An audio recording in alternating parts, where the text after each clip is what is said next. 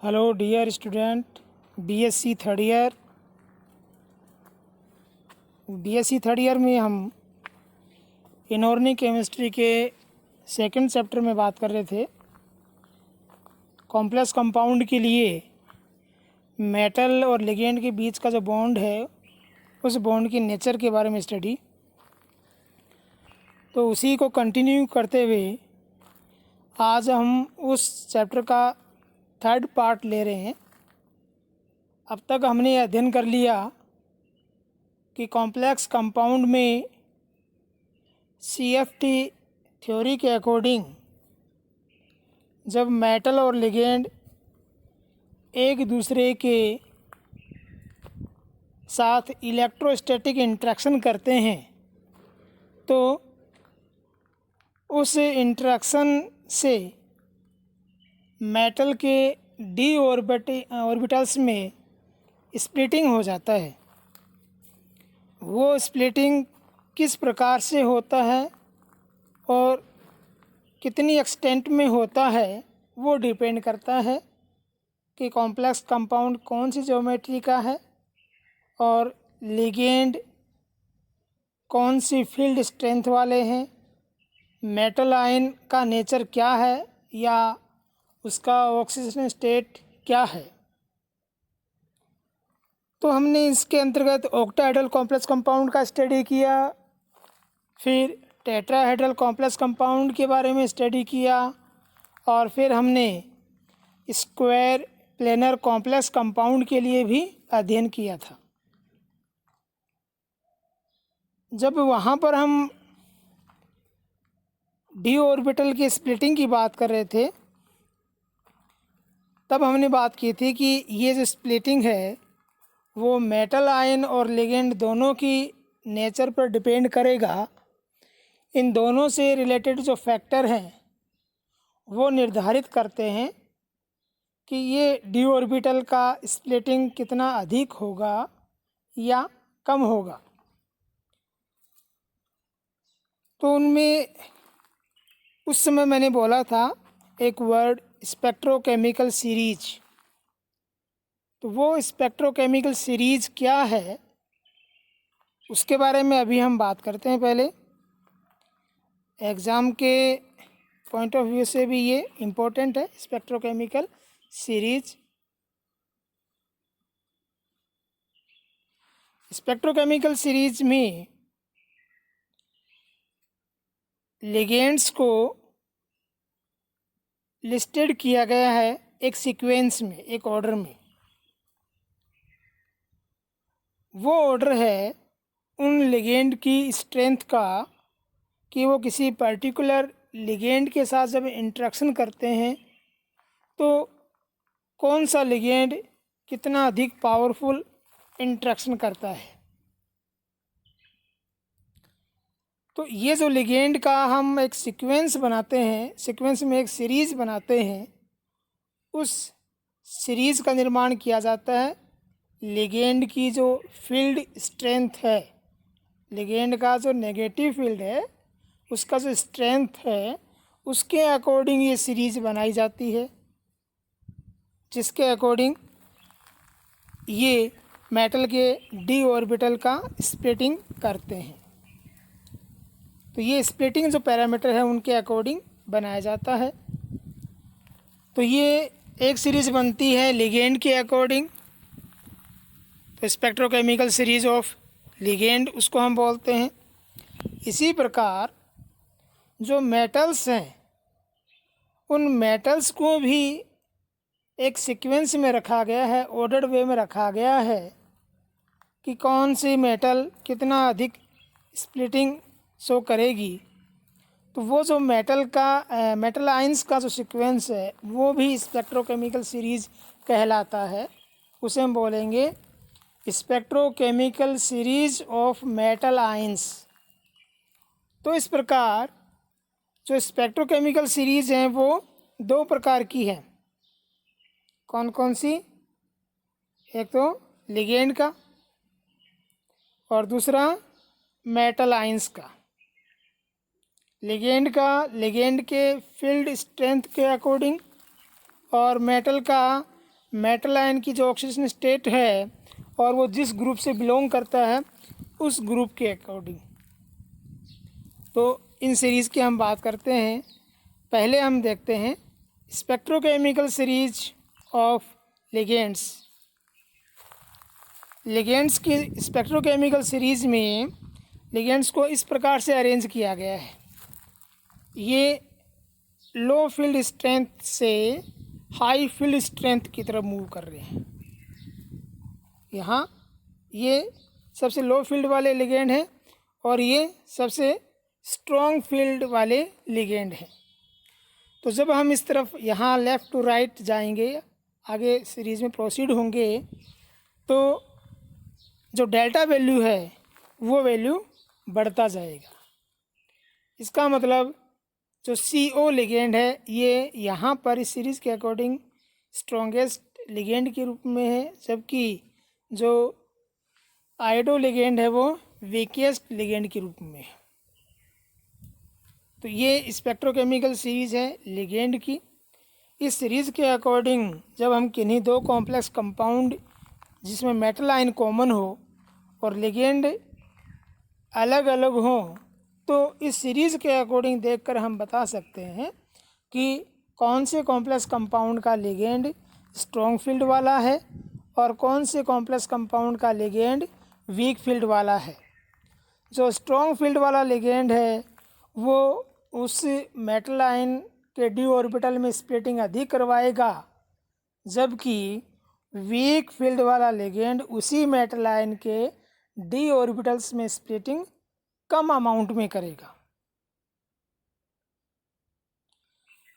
अब है spectrochemical series of metals. तो मेटल आयंस को भी जो उनका स्प्लिटिंग एक्सटेंट है उसके इंक्रीजिंग ऑर्डर में रखते हुए ये सीरीज़ बनाई गई है किसी एक पर्टिकुलर लिगेंड के सापेक्ष। तो इसे हम बोलेंगे spectrochemical series of metal ions. तो किसी एक पर्टिकुलर लिगेंड के सापेक्ष अगर हम स्टडी करते हैं तो सबसे कम स्प्लिटिंग करवाएगा Mn+2 और सबसे अधिक स्प्लिटिंग करवाएगा CO+3। तो जनरल व्यू हम ये देख सकते हैं कि जैसे जैसे ऑक्सीडेशन नंबर बढ़ेगा वैसे वैसे स्प्लिटिंग पावर बढ़ेगा। इसके अलावा फर्स्ट सीरीज़ की तुलना में सेकेंड और थर्ड सीरीज़ वाले जो मेटल आयंस हैं उनका डी ऑर्बिटल का स्प्लिट होने का जो एक्सटेंट है वो ज़्यादा होता है। तो ये हमने अध्ययन किया स्पेक्ट्रोकेमिकल सीरीज़ के बारे में। अब हम बात करते हैं जॉन टेलर थ्योरम के बारे में। जॉन टेलर थ्योरम क्या है? तो ये जॉन और टेलर जो इन दोनों साइंटिस्ट के द्वारा स्टडी किया गया जो सिमेट्रिकल स्टडी है कॉम्प्लेक्स कंपाउंड में, उसके अकॉर्डिंग इन्होंने ऑब्ज़र्व किया कि जो कॉम्प्लेक्स कंपाउंड है उनका जो सिमेट्री है वो डिस्टोर्टेड हो जाता है। तो जो नॉन लीनियर कॉम्प्लेक्स कंपाउंड है, या जैसे हम मुख्य रूप से हमने स्टडी किया ऑक्टाहेड्रल कॉम्प्लेक्स कंपाउंड, टेट्राहेड्रल और स्क्वायर प्लेनर, इनमें जो ऑक्टाहेड्रल कॉम्प्लेक्स कंपाउंड हैं, तो ऑक्टाहेड्रल ज्योमेट्री वाले जो कॉम्प्लेक्स कंपाउंड हैं उनमें काफ़ी अधिक डिस्टॉर्शन देखने को मिलता है। उस डिस्टॉर्शन का अध्ययन करके इन्होंने जॉन टेलर थ्योरम दिया। उसके आधार पर यह समझाने का प्रयास किया कि कौन से कंपाउंड में डिस्टॉर्शन होगा और किस प्रकार का डिस्टॉर्शन होगा। तो यहाँ पर डिस्टॉर्शन का रीज़न क्या होगा? फर्स्ट थिंग कि डिस्टॉर्शन होगा क्यों। तो अगर हम ऑक्टाहेड्रल कॉम्प्लेक्स कंपाउंड की बात करते हैं तो ऑक्टाहेड्रल कॉम्प्लेक्स कंपाउंड में डी ऑर्बिटल का स्प्लिटिंग हो जाता है T2G और EG।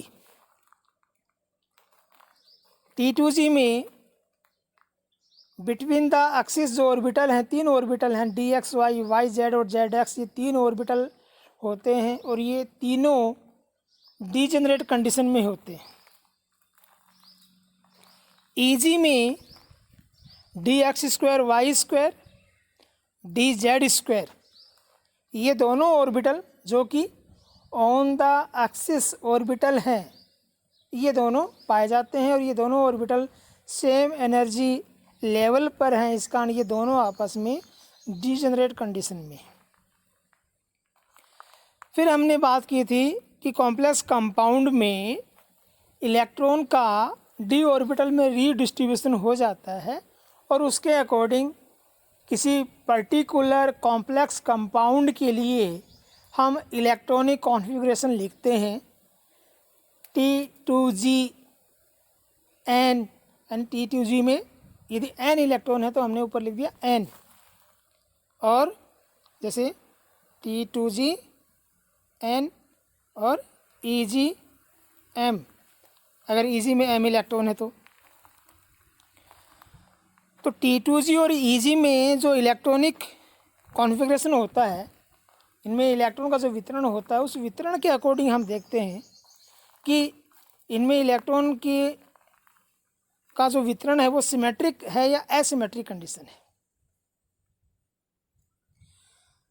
तो T2G में तीन डीजेनरेट ऑर्बिटल हैं, अगर उन तीनों में एक एक इलेक्ट्रॉन भरा जाता है तो T2G3 होगा, तो वो सिमेट्रिक कंडीशन होगी क्योंकि तीनों डीजेनरेट ऑर्बिटल में इलेक्ट्रॉन का इक्वल डिस्ट्रीब्यूशन है। इसी प्रकार EG में अगर दो ऑर्बिटल हैं और दोनों में ही एक एक अगर इलेक्ट्रॉन भरा जाता है तो कॉन्फ़िगरेशन होगा EG2, उस कंडीशन में भी वो सिमेट्रिक कंडीशन हो गया। तो अगर ये सिमेट्रिक कंडीशन है तो डिस्टॉर्शन होने के चांसेस नहीं बन पाते, लेकिन अगर ये कॉन्फ़िगरेशन एसिमेट्रिक हो, जैसे T2G में 3 इलेक्ट्रॉन ना होकर 4 इलेक्ट्रॉन हो या 5 इलेक्ट्रॉन हो या 2 इलेक्ट्रॉन हो। इसी प्रकार EG में यदि 1 इलेक्ट्रॉन हो या 3 इलेक्ट्रॉन हो, तो T2G और EG में जब एसिमेट्रिक कंडीशन आ जाएगा तो वहाँ पर जो जॉन टेलर डिस्टॉर्शन है वो प्रदर्शित होने लग जाएगा। इसका मतलब ये हुआ कि वो जो कॉम्प्लेक्स कंपाउंड है उसका जो ऑक्टाहेड्रल ज्योमेट्री है वो डिस्टॉर्टेड फॉर्म में आ जाएगा। तो यहाँ पर रीज़न हमने देखा कि ये जो जॉन टेलर डिस्टॉर्शन है इसका रीज़न क्या है, T2G और EG ऑर्बिटल का एसिमेट्रिक कंडीशन में होना। इनमें से डिस्टॉर्शन के लिए जो अधिक रेस्पॉन्सिबल है वो है EG कॉन्फ़िगरेशन। EG कॉन्फ़िगरेशन में अगर एसिमेट्रिक कंडीशन है तो डिस्टॉर्शन बहुत अधिक होता है। तो मेन रेस्पॉन्सिबिलिटी किसकी है, EG का इलेक्ट्रॉनिक कॉन्फ़िगरेशन एसिमेट्रिक कंडीशन में होना। जैसे ही एसिमेट्रिक कंडीशन होती है तो इस डिस्टॉर्शन के द्वारा जो डीजेनरेसी है वो ख़त्म हो जाती है। डीजेनरेसी का मतलब जैसे EG में दो ऑर्बिटल हैं DX स्क्वायर वाई स्क्वायर और DZ स्क्वायर, ये दोनों का एनर्जी लेवल सेम है। अगर दोनों में इक्वल इलेक्ट्रॉन है तो ये सेम एनर्जी लेवल पे ही रहेंगे, लेकिन यदि दोनों में इलेक्ट्रॉन जो फिलअप हम करते हैं उनकी संख्या असमान हो और ये एसिमेट्रिक कंडीशन में हो तो इसका डिस्टॉर्शन हो जाएगा, और डिस्टॉर्शन होने से इन दोनों का जो एनर्जी लेवल है वो चेंज हो जाएगा, जिससे इन दोनों का डीजेनरेसी ख़त्म हो जाता है। तो इस प्रकार जॉन टेलर डिस्टॉर्शन से ये जो ऑर्बिटल्स हैं इन ऑर्बिटल्स का डीजेनरेसी रिमूव हो जाती है। ये डिस्टॉर्शन दो प्रकार का हम समझ सकते हैं। ये दो प्रकार हैं, कौन कौन से, जेड आउट और जेड इन डिस्टॉर्शन। जेड आउट का मतलब सिंपल यहाँ पर कि जेड एक्स पर जो लिगेंड है वो लिगेंड अपनी नॉर्मल जो डिस्टेंस है उससे दूर जा रहे हैं। ये जो बॉन्ड लेंथ है इनका ये बढ़ रहा है इन शेष चारों के अलावा। तो ये बाहर की तरफ जा रहे हैं तो ये कहलाएगा जेड आउट डिस्टोर्शन। दूसरा जेड इन। जेड इन डिस्टोर्शन में हम देख रहे हैं कि जो जेड एक्स पर लिगेंड है वो शेष चारों लिगेंड की तुलना में मेटल आयन के ज़्यादा निकट आ गए हैं, कंप्रेस कंडीशन हो गई है। तो जब जेड एक्स पर जो ऑर्बिटल्स हैं वो मेटल आयन की तरफ कंप्रेस्ड हो जाएं और वहाँ जेड एक्स में मेटल और लिगेंड के बीच का डिस्टेंस एक्स वाई प्लेन की तुलना में कम हो जाए तो उसे हम बोलेंगे जेड इन डिस्टोर्शन। यहाँ पर जब ये डिस्टोर्शन होता है तो मॉलिक्यूल की जो एनर्जी है उस एनर्जी लेवल में भी चेंज आता है। जब जेड आउट डिस्टोर्शन होगा तो जेड एक्स में जो लिगेंड है वो लिगेंड मेटल आयन से दूर जाते हैं, जैसे मेटल आयन और लिगेंड के बीच का जो इंटरेक्शन है उनका जो नेगेटिव फील्ड है इलेक्ट्रॉन्स की वजह से उनके बीच में होने वाला जो रिपल्सन है वह रिपल्सन कम हो जाएगा और रिपल्सन कम होने से यहाँ पर इनका एनर्जी कम हो जाएगा। एनर्जी कम होने से इस कंडीशन में जो स्टेबिलिटी है वो अधिक होगा। इसका मतलब जो जेड आउट डिस्टोर्शन है वो फेवरेबल कंडीशन में होता है। जब हम जेड इन की बात करते हैं तो वहाँ पर जेड एक्स में जो लिगेंड है वो मेटल आयन के निकट आते हैं। निकट आने से मेटल और लिगेंड के बीच का जो रिपल्सन है वो बढ़ जाएगा और बढ़ने से एनर्जी भी बढ़ जाएगी, जिससे इस डिस्टोर्शन से बनने वाला जो फॉर्म है या कंपाउंड है उसका स्टेबिलिटी कम होगा। इस कारण ये फेवरेबल नहीं है। इस प्रकार हम कहते हैं कि यहाँ पर जॉन टेलर जो डिस्टोर्शन है वो दो प्रकार का है, जेड आउट और जेड इन। और जैसे मैंने आपको बताया कि D4, D7, D9 ये जो कॉम्प्लेक्स कंपाउंड है ये बहुत ज़्यादा डिस्टोर्शन शो करते हैं। क्यों? क्योंकि यहाँ पर ईजी ऑर्बिटल में एसिमेट्री कंडीशन हो जाती है। D4 है, इसका मतलब डी में T2G में 3 इलेक्ट्रॉन हो गए, ईजी में 1 इलेक्ट्रॉन आ गया। हाई स्पिन कंडीशन है ना, हाई स्पिन कंडीशन है तो जो इलेक्ट्रॉन है वो मैक्सिमम इलेक्ट्रॉन अनपेड कंडीशन में। तो T2G में 3 इलेक्ट्रॉन होंगे, ईजी में 1 इलेक्ट्रॉन होगा। तो ईजी में 2 ऑर्बिटल हैं, इलेक्ट्रॉन एक ही आया तो एसिमेट्रिक रूप से उनका डिस्ट्रीब्यूशन होगा तो डिस्टोर्शन मैक्सिमम हो जाएगा। ऐसे D7 और D9 में भी हम देख सकते हैं कि ईजी जो ऑर्बिटल हैं वो एसिमेट्रिक कंडीशन में होने की वजह से बहुत ज़्यादा डिस्टोर्शन प्रदर्शित किया जाता है।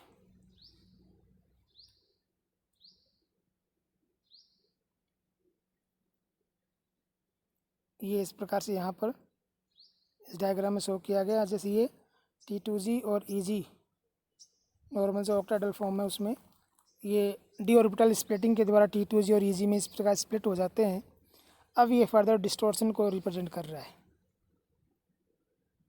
यहाँ पर राइट हैंड साइड में जेड आउट डिस्टोर्शन है, जहाँ जेड एक्स पर जो लिगेंड है वो दूर जाते हैं, बॉन्ड लेंथ बढ़ जाती है।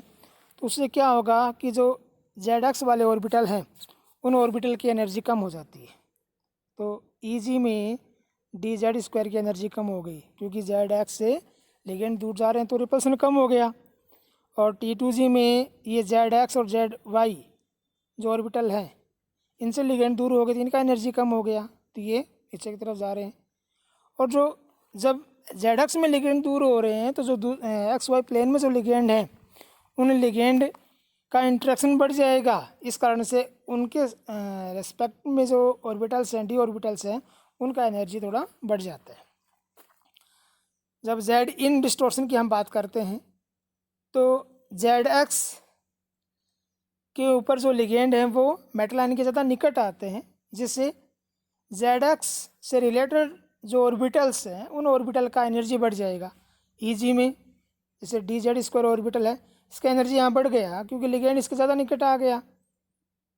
और T2G में जो डी वाई जेड और एक्स जेड जो ऑर्बिटल हैं, जेड एक्स से रिलेटेड या जेड एक्स के निकट जो ऑर्बिटल है उनका एनर्जी बढ़ जाएगा क्योंकि वो ज़्यादा रिपल्सन फील करेंगे, और जो शेष ऑर्बिटल्स है उनका एनर्जी कम हो जाएगा।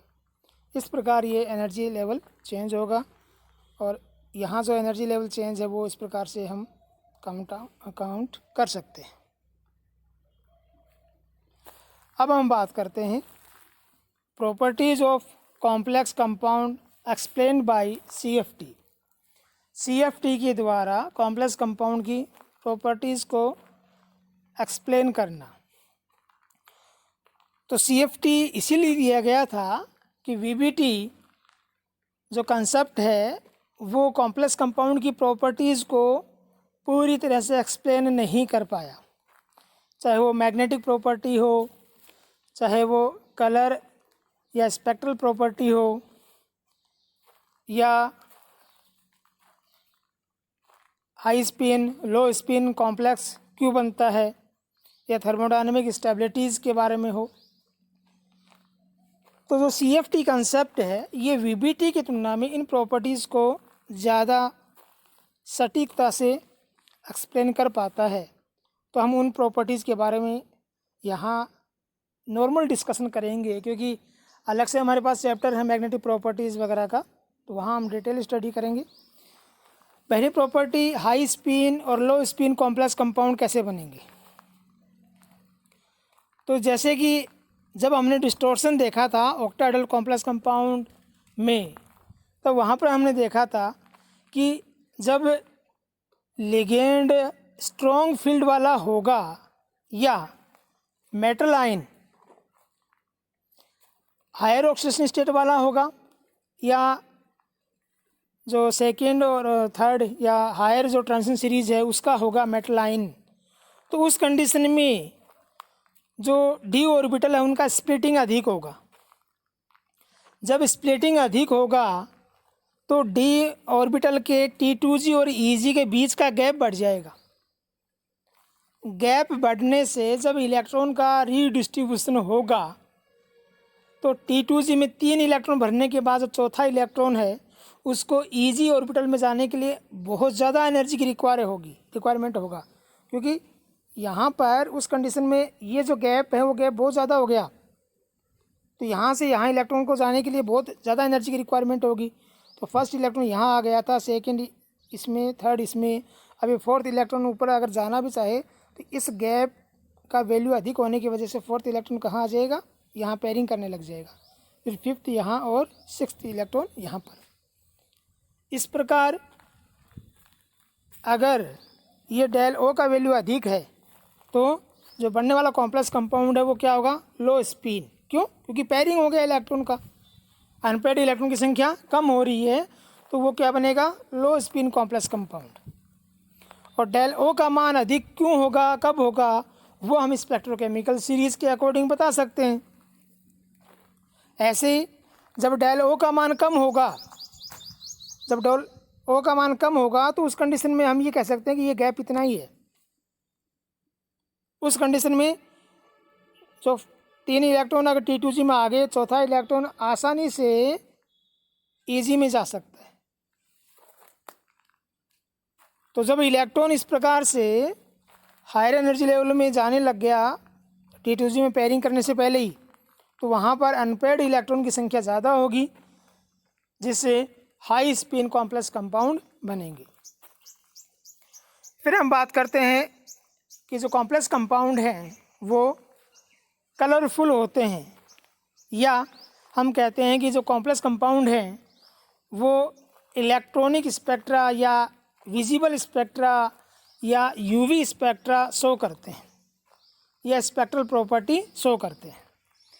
तो ये जो स्पेक्ट्रल प्रॉपर्टी है ये हम समझ सकते हैं किसके आधार पर। देखो CFT का मेन प्रिंसिपल क्या है, डी ऑर्बिटल का स्प्लिटिंग। तो ये जितने भी आंसर हैं इसके अकॉर्डिंग वो सारे हमें कहाँ से मिल जाएंगे, जब हम ध्यान देंगे, फोकस करेंगे किस पे, डी ऑर्बिटल स्प्लिटिंग पे। तो जब हम कलर की बात करते हैं तो कॉम्प्लेक्स कंपाउंड अलग अलग कलर के होते हैं और इनका जो कलर है वो कलर हम एक्सप्लेन कर सकते हैं इस स्प्लिटिंग के अकॉर्डिंग ही। तो कलर शो करने के दो रीज़न हो गए, दो रीज़न, एक डी टू डी ट्रांजिशन, एक रीज़न हो जाएगा डी टू डी इलेक्ट्रॉन का ट्रांजिशन और दूसरा हो जाएगा चार्ज ट्रांसफ़र। तो डी टू डी इलेक्ट्रॉन का ट्रांजिशन कैसे? हमने ये देखा कि जब कॉम्प्लेक्स कंपाउंड बन जाता है तो मेटल के डी ऑर्बिटल T2G और EG ग्रुप में डिवाइड हो जाते हैं। T2G का एनर्जी हो गया कम और EG का एनर्जी हो गया अधिक। अब यदि EG ऑर्बिटल में जगह खाली है, वो फुलफिल्ड नहीं है, तो उस कंडीशन में उस कॉम्प्लेक्स कंपाउंड के ऊपर यदि हम विजिबल रीजन की रेडिएशंस को आपतित करवाते हैं तो वो कॉम्प्लेक्स कंपाउंड विजिबल रीजन की रेडिएशन को अब्जॉर्व करके इलेक्ट्रॉनिक ट्रांजिशन शो करेगा। जो रेडिएशन हम उसको देंगे T2G में जो इलेक्ट्रॉन है पेयर्ड कंडीशन में, वो उस फोटोन को, जो रेडिएशन है फोटोन के रूप में एनर्जी है, उसको ऑब्जर्व कर लेगा और वो T2G से EG में चला जाएगा। तो EG में जाने के लिए इसने H न्यू फोटोन को ऑब्जर्व किया, यानी विजिबल रीजन का कुछ जो रेडिएशन उसने ऑब्जर्व कर लिया, और ऐसा होते ही मॉलिक्यूल हो गया उत्तेजित। जैसे हम सोर्स को हटाएंगे, जो एनर्जी सोर्स रेडिएशन दे रहा था उसको जब हम हटाएंगे तो ये जो मॉलिक्यूल है, कॉम्प्लेक्स कंपाउंड है, ये स्टेबल होने के लिए अपनी उत्तेजित अवस्था से मूल अवस्था में आता है और इसके लिए इसमें जो EG में इलेक्ट्रॉन चला गया था वो वापस किस में आ जाएगा? T2G में। जब इलेक्ट्रॉन EG से वापस T2G में आता है तो वो एनर्जी को रिलीज़ करता है फोटोन के रूप में, और ये फोटोन किस में आ रहा है? विजिबल रीजन में। तो जो फोटोन इसने ऑब्जर्व किया था उससे कुछ कम एनर्जी वाला या अधिक लैम्डा वाला फोटोन वो रिलीज़ करेगा और उसी के अकॉर्डिंग हमें कलर दिखाई देगा। जो कलर हमें दिखाई देता है वो अधिक लैम्डा वाला वैल्यू वाला होता है, और ये जो कलर इसके अकॉर्डिंग दिखाई देता है इसे हम बोलते हैं कॉम्प्लीमेंट्री कलर या पूरक रंग। ये हमने सेकेंड ईयर में भी अध्ययन किया था।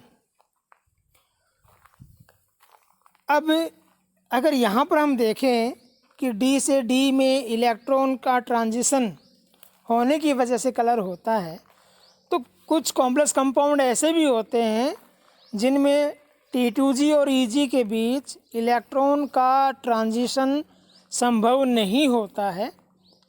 उनमें या तो T2G और EG में इलेक्ट्रॉन नहीं होते हैं या EG ऑर्बिटल फुलफिल्ड होता है या मैक्सिमम स्टेबिलिटी वाला कंडीशन होता है।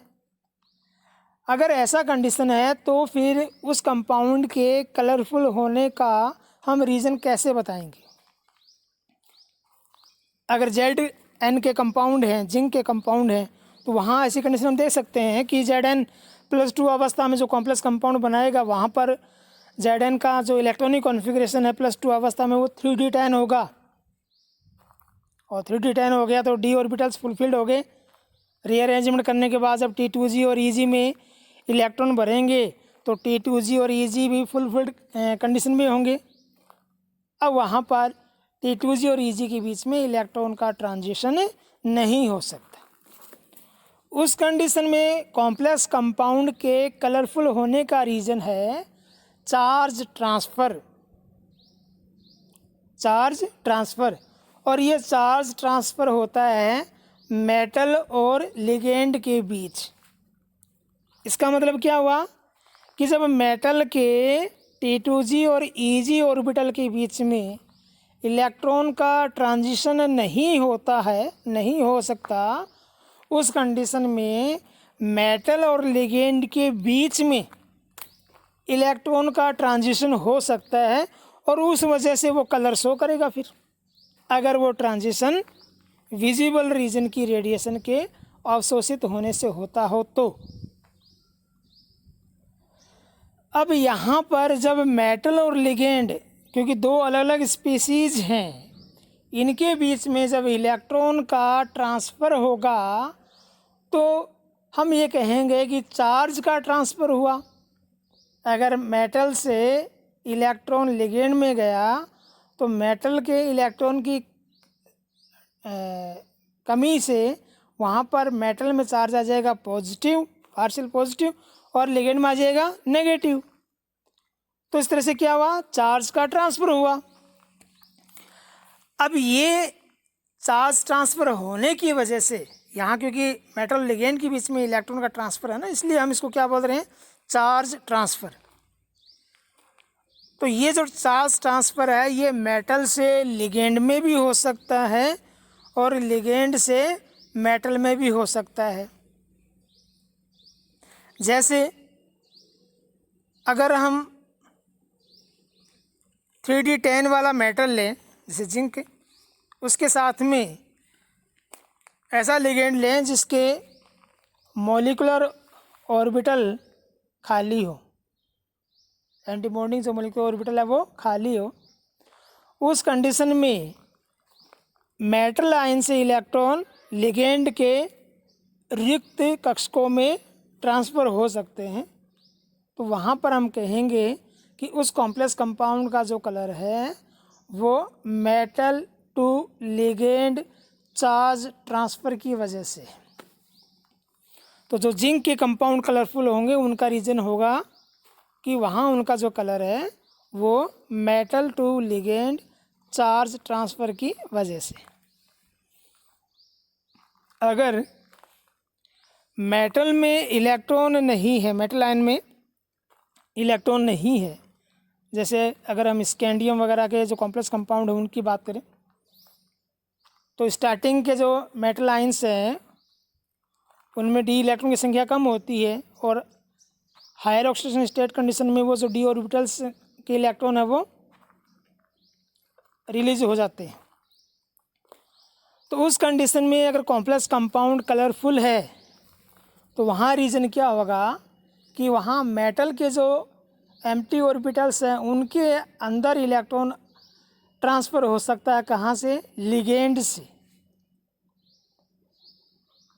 लिगेंड से मेटल में इलेक्ट्रॉन ट्रांसफ़र होने के लिए जो अब्जॉर्ब्ड एनर्जी है वो अगर विजिबल रीजन वाला फोटोन है तो हम क्या कह सकते हैं कि वो कॉम्प्लेक्स कंपाउंड भी एक स्पेसिफिक कलर शो करेगा। और वहाँ पर जो कलर शो करने का रीज़न है वो क्या हो गया, क्योंकि इलेक्ट्रॉन लिगेंड से मेटल में गया है तो वो कहलाएगा ligand to metal charge transfer, LMCT, ligand to metal charge transfer. और एक बात और यहाँ ध्यान रखना है कि चार्ज ट्रांसफ़र की वजह से जो कलर होते हैं वो कलर ज़्यादा इंटेंस होते हैं, ज़्यादा गहरे होते हैं, बजाय किसके, डी ट्रांसफ़र की वजह से शो होने वाले कलर। जैसे फॉर एग्ज़ाम्पल आप केमोनोफोर का कलर बहुत इंटेंस होता है। तो ये आप करके देखना कि केमोनोफोर का जो इंटेंस कलर है वो किस वजह से है, उसको हम किस प्रकार से एक्सप्लेन कर सकते हैं, ये आप प्रैक्टिस करके देखना। तो इस प्रकार हम CFT कंसेप्ट के अकॉर्डिंग कॉम्प्लेक्स कंपाउंड के कलर या स्पेक्ट्रल प्रॉपर्टी को एक्सप्लेन कर सकते हैं। ये यहाँ अलग अलग कलर शो किए हुए हैं कॉम्प्लेक्स कंपाउंड के। तो जो कलर अलग अलग हैं वो डिपेंड करेगा कि डेल्टा O वैल्यू कितना है, उसके अकॉर्डिंग उनका अलग अलग कलर आएगा। जो नेक्स्ट प्रॉपर्टी है वो नेक्स्ट प्रॉपर्टी मैग्नेटिक प्रॉपर्टी। तो मैग्नेटिक प्रॉपर्टी में जब हम बात करते हैं तो हम ये देखते हैं कि अधिकांश जो कॉम्प्लेक्स कंपाउंड है वो पैरामैग्नेटिज्म शो करते हैं। तो पैरामैग्नेटिज्म शो करते हैं, इसका रीज़न क्या है? तो ये हम CFT के अकॉर्डिंग एक्सप्लेन कर सकते हैं। CFT के अकॉर्डिंग हम क्या कहते हैं कि जो मेटल आयंस हैं जब लिगेंड के साथ इंटरेक्शन करके कॉम्प्लेक्स कंपाउंड बना लेंगे तो वहाँ पर उसके जो d ऑर्बिटल हैं वो स्प्लिटिंग के द्वारा T2g और Eg दो अलग अलग एनर्जी लेवल के ऑर्बिटल्स में विभक्त हो जाते हैं और उन ऑर्बिटल्स में इलेक्ट्रॉन का रीडिस्ट्रीब्यूशन होता है। वो जब रीडिस्ट्रीब्यूशन होगा तो वहाँ पर उन ऑर्बिटल्स में यदि अनपेड इलेक्ट्रॉन हैं तो वो complex compound magnetic property show करेगा या पैरामैग्नेटिज्म शो करेगा, वो चुंबक की तरफ आकर्षित होगा। और ये जो प्रैक्टिकल स्टडी है वो हम फैराडे मेथड और गाउस मेथड के द्वारा कर सकते हैं, जैसा सेकेंड ईयर में भी आप लोगों ने पढ़ा होगा और अभी भी अपने मैग्नेटिक प्रॉपर्टी का एक चैप्टर है इनऑर्गेनिक केमिस्ट्री में, तो उसमें हम इसमें डिटेल से पढ़ेंगे। लेकिन आपको इतना ध्यान रखना है कि जो d ऑर्बिटल्स हैं वो इस प्रकार से स्प्लिट हो जाते हैं T2g और Eg में। अब जैसे मान लो कोई कॉम्प्लेक्स कंपाउंड है उसमें D4 इलेक्ट्रॉन है, तो D4 इलेक्ट्रॉन आपने भरा 1 2 3। अब अगर हाई स्पिन कॉम्प्लेक्स कंपाउंड है तो फोर्थ इलेक्ट्रॉन ऊपर आ जाएगा और लो स्पिन है तो फोर्थ इलेक्ट्रॉन यहाँ नीचे आ जाएगा। अब अगर हमने चलो मान लिया कि लो स्पिन है तो फोर्थ इलेक्ट्रॉन नीचे आ गया, तो अब हम क्या देखेंगे कि इस कॉम्प्लेक्स कंपाउंड में अनपेड इलेक्ट्रॉन कितने हैं। तो यहाँ पर अनपेड इलेक्ट्रॉन कितने हैं? n बराबर 2 अनपेड इलेक्ट्रॉन है, क्योंकि इलेक्ट्रॉन चार्ज स्पीसीज हैं, चार्ज इन पे नेगेटिव चार्ज है और ये लगातार मूव करते रहते हैं। जब कोई चार्ज पार्टिकल मूव करता है तो उसमें मैग्नेटिज्म प्रोड्यूस हो जाता है, क्योंकि यहाँ पर अनपेड इलेक्ट्रॉन है जो कंटिन्यूसली मूविंग कंडीशन में है, तो उनकी वजह से ये जो कॉम्प्लेक्स कंपाउंड है इसके अंदर भी मैग्नेटिज्म होगा। इनका जो पैरामैग्नेटिक बिहेवियर है वो डोमिनेंसी शो करेगा। और ये जो पैरामैग्नेटिज्म है इसे हम डायपोल मोमेंट म्यू के द्वारा रिप्रेजेंट करते हैं और ये स्पिन ओनली फॉर्मूला से निकालते हैं n into n+2 root Bohr magneton. इस प्रकार से हम कॉम्प्लेक्स कंपाउंड की मैग्नेटिक प्रॉपर्टीज़ को भी एक्सप्लेन कर सकते हैं CFT की सहायता से। तो इस प्रकार CFT का ये प्लस पॉइंट है कि जिन प्रॉपर्टीज़ को VBT पूरी तरह से एक्सप्लेन नहीं कर पाया या एक्सप्लेन नहीं कर पाया उनको CFT एक्सप्लेन करता है, लेकिन फिर भी CFT कंसेप्ट के भी कुछ कमियां हैं, लिमिटेशंस हैं। सबसे बड़ा कमी क्या कि CFT ये मानता है कि कॉम्प्लेक्स कंपाउंड में मेटल और लिगेंड के बीच का जो बॉन्ड है वो आयनिक बॉन्ड है, जबकि बॉन्ड कैसा है? Coordination bond. नंबर 2, हमने जैसे अभी अध्ययन किया कि कॉम्प्लेक्स कंपाउंड का जो स्पेक्ट्रल प्रॉपर्टी है वो स्पेक्ट्रल प्रॉपर्टी हम CFT के द्वारा एक्सप्लेन कर सकते हैं, लेकिन जो हाइपर फाइन स्ट्रक्चर्स होती हैं स्पेक्ट्रा में उनको CFT के द्वारा एक्सप्लेन नहीं किया जाता। तो ये कुछ कमियां भी हैं CFT की। तो ये हमने पढ़ा मेटल लिगेंड का जो बॉन्डिंग है उसका CFT के अकॉर्डिंग अध्ययन। तो ये सेकंड चैप्टर है, इसको आप पढ़ लें और जो भी प्रॉब्लम आप लोगों को आए वो आप व्हाट्सएप के ज़रिए भेज दें, पूछ लें।